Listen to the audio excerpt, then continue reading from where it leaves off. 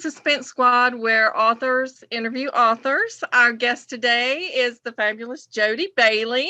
Welcome, Jodie. Hi. Hi.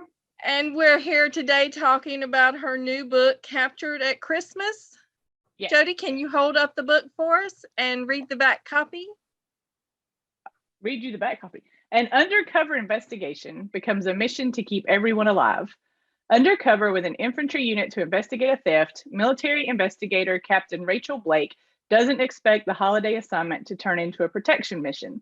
But when Captain Marshall Slater and his little girl are targeted, she blows her cover to help shield them. Can she figure out the assailants' motives and stop the attacks before someone ends up dead? Awesome. Very nice. Good. That sounds good. Somebody's always got to end up dead. What was that? Somebody's always got to end up dead. Do they though? Okay, so what we're going to do is we're going to ask you some questions, and I'm going to point to Shannon. Why don't you go ahead and ask Jodie your question? Okie dokie, Jodie. So I want you to, that was kind of cute one. Okie dokie. Jodie. It rhymes. Jodie I didn't mean for that to happen. It just kind of came out. All right. So tell us something about your hero and your heroine and that you love, that you know, in the book, and what you love about them. My heroine is Captain Rachel Blake, and I really liked her because I got to write a really strong heroine. Like on the outside, she was very strong. She was the one that was taking charge. She was the one that was protecting him instead of the other way around. And so that was really fun to write, but she's also got those broken places in her. And she kind of had to be put back together again, but you know, you had to get her to acknowledge that they were broken before she put them back together. So I had a lot of fun with her, but I think I had more fun writing Marshall because he's been through so much in the book prior to the book starting, and he knows he's broken. And so he's this vulnerable, I love a vulnerable kind of wounded hero. And so he was this wounded hero. He's a dad, and like his whole life is centered around his daughter, his young daughter who's in kindergarten. And so it's just kind of fun to write this guy who's like super strong and army tough and hooah, but then he's a big softy with this broken heart on the inside. And so I really enjoyed getting to write him. Nice. Sounds like some good characters to read about. What is it about us women and wounded guys? We just I don't know. What is, you know, and on paper we can fix everything, you know. Yeah, exactly. Put it all back together again on paper. It's a little harder in life. Why do we like to read them? Only it were so easy, just a pen and a eraser. Everybody back together, yeah. Yeah. Would be amazing. Some tape. Yeah. Okay, Sammy, why don't you ask your question? All right. Hi, Jodie. What was your favorite scene in the book and why? This book really kind of hit me close to my heart. I wrote this book in September of 2020. So everybody, you know, everybody knows 2020. no need to introduce 2020. But we had been through some things in my family. And a lot of people, if you've been on Facebook and such, my dad was diagnosed with cancer in January, and I lived with him when the pandemic shut everything down. I was living with him. And so there was a lot of and he's better now. He's still going through treatment, but he's better now. But so my pandemic experience was kind of different than everybody else's. And so there was this like different kind of trauma to walk through, and it kind of came out in the book. And there's a scene in the book where it ends up that Marshall is very open about what he went through in the past, and about his wife had mental illness and she committed suicide.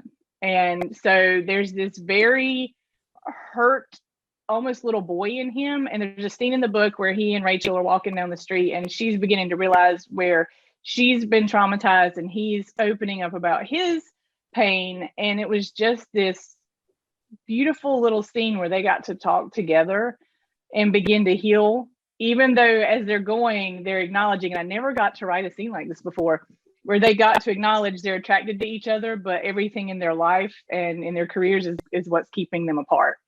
And so it was just a really kind of moving scene to write, because he actually looks at her and he says, well, we're on the same page. And she's like, well, miserably we are, you know. as they're going through. And so here, having him air his guilt and his pain and all the lies that he believed was just kind of, you know, in a 2020 year, it was kind of neat to put all the emotions on a page, even though they weren't directly correlated to what we were walking through. It was still kind of, you know, cathartic, I guess is the word, to just put all this pain out there in a way. And it was just a really neat scene to write, two people having a I think even in one part he goes, oh, look at us talking like grown-ups, you know. To have them be honest with each other and real with each other like that. It was just a neat scene. Cool that we can, you know, tap into emotions, even though we're not going through that specific thing. We can use the emotions from our own life to really give those scenes some weight. I love that. And it goes to that write what you know. We don't necessarily have to have been exactly through what our characters have been, but we need to know their emotions. And so I think that's where we get tripped up sometimes is, oh, I've never done that, but you felt that. So Patty, why don't you go ahead and ask your question? Sure. Well, Jodie, it's so good to see you again. Yes. And I'm so thrilled that you have another one coming out. But my question is, for somebody who struggles with just almost over commitments, how do you manage your time? Do you have any secrets to share? Or you're assuming I do. All of you to assume. I actually, and right now it's really interesting. Before we started, we were talking about yearbook, and I am a yearbook advisor now. I used to teach full time, and you can't. Kudos to those of you who write and teach full time. I could not. Found that out the hard way, but I have to take my day, and like I teach from 10 to 11. I leave home at 9:30. I get home at 11:30, and so I have to block my time. And so I say, this is what I'm doing from this hour to this hour. And so when I get home at 11:30, that's lunch. It's the transition, getting from, you know, teacher mode to writer mode, because it's two very different parts of your brain. And so it's lunch, and that is the time no work gets done. Like I used to try to work, I would read and type and work while I was eating, but then my brain was too full. And I have to have that time of where my brain is kind of empty and I'm just doing something kind of fun. If it's watching TV or just staring at the walls, you know, God really got on me that it needs to be a transition. And then the next block is from 1 until about 3, we're writing, and that's all we're doing. And I found this great little app. Some of you may or may not know it. It's called Focus app. I know Apple just came out with it on the phone, but this is when you download for your computer. And I put it in, it's called hardcore mode. And it shuts down everything internet related. You can tell it what to shut down. For me, it shuts down my email. It shuts down my internet browser. All I can do is write. I love that. Oh, without that, we would all be in trouble. So we never get that. And then at 3, I stop, and that's like social media or editing, or, you know, sometimes I get lucky enough to read somebody else's book, but not usually. And that all sounded really good and perfect, but it doesn't always work that way. Because I'm this person, I write 3 words. I'm like, I wonder what everybody's doing in the world. And off we go. Because we're by ourselves all day. Yeah. And, you know, or at least in our office, wherever we're writing it. And so it's like, I wonder what everybody's doing. Okay. And squirrels and butterflies and shiny things. I see a lot of squirrels. Yes. So many. And I have literal squirrels. So it's just like, oh. Yeah. And then she messages us about them. So we're all wondering about the squirrels. Yeah. We message constant, like during the day, we'll all message back and forth. That's so cool. Yeah. Yeah. Because you're not alone. So no, we're not. It's great. We get stuck. Unless you're, help. Unless you're at work and you're trying to get something done, and it's like, can y'all stop? Yeah. We blow up their phones, the ones that are working. I do that. I do that. We thought Jessica Patch were like back and forth with each other. It's like, I'm stuck, help. Like, I'm stuck, help. And then it becomes, so what did you have for lunch? Yeah, we're all thinking about getting pizza. Well, yeah. And then, you know, no more work gets done. So that's sometimes you need it. Yes. We do need that sometimes, but sometimes we just need to, like you said, just focus. Shut it off. Focus. Work done. Okay, our last question is from Dana. Go ahead, Dana. Okay. Hey, Jodie, congratulations on your latest release. Thank you. I have been following your book since the very first one. I love your writing. Wow. Well, we've worked together. I know. But anyway, so I was thinking, as a prolific writer, what do you do? How do you keep coming up with fresh ideas? Because I think it's so tempting just to repeat an idea here or there. It's hard not to. Sometimes it's easy because it just comes, and then the more you write, though, the harder that gets. A lot of it comes from if I'm stuck, I'll go read the Army Times online and see what people are doing that they're getting caught for in the crime blotter. So I can't remember which book it was off the top. I think it was Breach of Trust, where it was it was straight out of a crime that I read. I just twisted it and made it a little more, scary. But it was, things like that are really cool. A lot of it, though, I'm a very character first writer. And so a lot of it, I will sit down and, like with Marshall and Rachel in this book, they came to me first. Like Marshall kind of came to me first, which is kind of odd that I get the guy first. I knew he was broken and wounded. And so then I kind of had to start thinking, okay, who's in what situation? And you just kind of have to start looking at the news for me, looking at and thinking through what could possibly happen and what might people possibly do. My husband is a retired soldier, and so he and I will talk through things like, well, could you conceivably do this? And what if somebody wanted to steal this? And so, we'll walk through things like that. And so he's a big help. So that's kind of where I get a lot of the ideas from, is things like that. Or my cousin, this is what I'll do if I'm really, really, really stuck. My cousin's name is Ben, and if you've ever been on social media, I've talked about him because he has to challenge me every book. He gives me something to put in the book that shouldn't fit in a love inspired book, in a suspense book. And so a lot of times I had a whole character. He wanted me to put somebody in a book who was mowing the grass with one of those push mowers, that not gas ones, the old manual ones.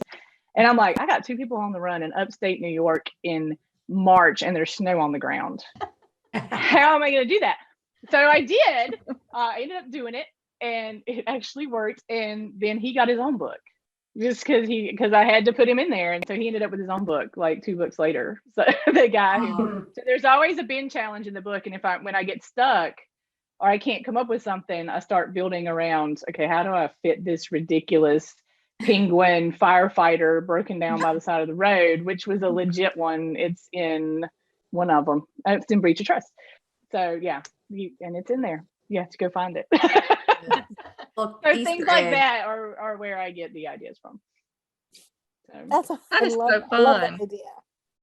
I need to make a list and put on my website of all the bin things. You should. I'm going to use that as a marketing point. I think Darlene needs to ask her question about the internet. We didn't give this one to Jodie. This is a question I asked she comes up with.